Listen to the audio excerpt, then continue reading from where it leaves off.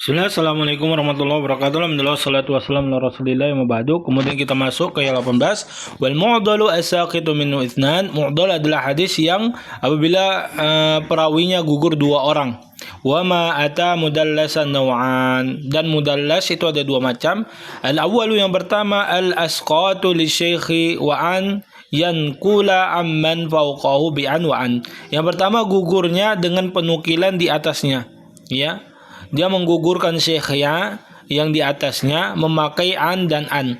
Wadzani la yusqituhu lakin yasib. Yang kedua, dia tidak menggugurkannya tetapi mensifati ausafahu bima bihi la yan'arib, yaitu mensifati syekhnya dengan sifat yang tidak dikenali.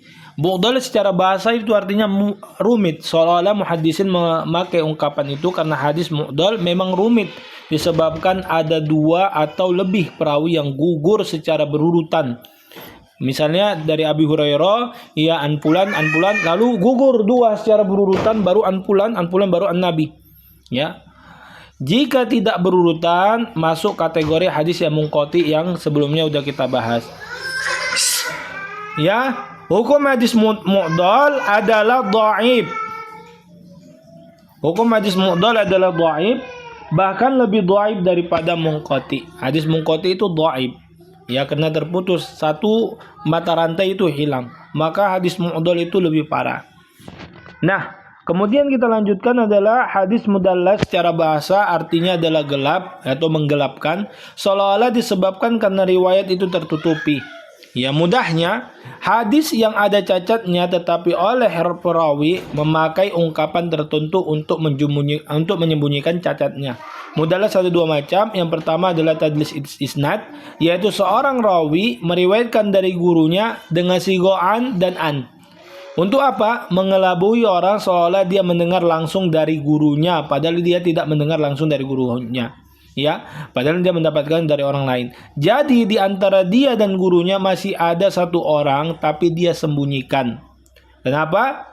Ya, kenapa dia sembunyikan? Karena ada maksud tertentu. Sehingga dalam riwayatnya memakai ungkapan dari an atau an, bahwa ini tidak lain bentuk tadlis dari perawi, ya, mu'an'an, yang sudah disebutkan sebelumnya. Dan jika bentuk tadlisnya an, maka dianggap mu'an'an. Kalau an, mu'an'an. Kalau an, mu'an'an. Bentuk tadlis ini amat dibenci muhaddisin. Bahkan Syu'bah mengatakan tadlis adalah teman dusta. Tidak dikatakan tadlis itu ada dusta, tapi dia mendekati dusta. Ya, sungguh aku berzina lebih aku sukai daripada melakukan tadlis. Tentu, ya, ini ungkapan ulama, ya. Karena ulama itu sangat menjauhi yang namanya makruh, ya. Nah, sementara ya zina itu adalah haram. Hukum hadis mudallas ini dhaif kecuali dengan memakai ungkapan yang jelas menunjukkan mendengar langsung, seperti sami'tu, aku mendengar, ya, atau haddatsana, menceritakan kepadaku. Ya. Yang kedua adalah tadlis syukh.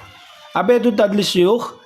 Yaitu perawi memang mendengar langsung dari gurunya, tapi dia menyembunyikan identitas gurunya karena dengan ungkapan tertentu atau dengan lakop tertentu, dengan nama tertentu seperti kunyahnya, nasabnya, sifatnya. Jenis tadlis ini lebih ringan daripada yang pertama. Tujuan tadlis ada banyak, dan pada umumnya karena perawi di atasnya itu dhaif, maka dia mau sembunyikan. Itu dia. Nah, Wassalamualaikum warahmatullahi wabarakatuh.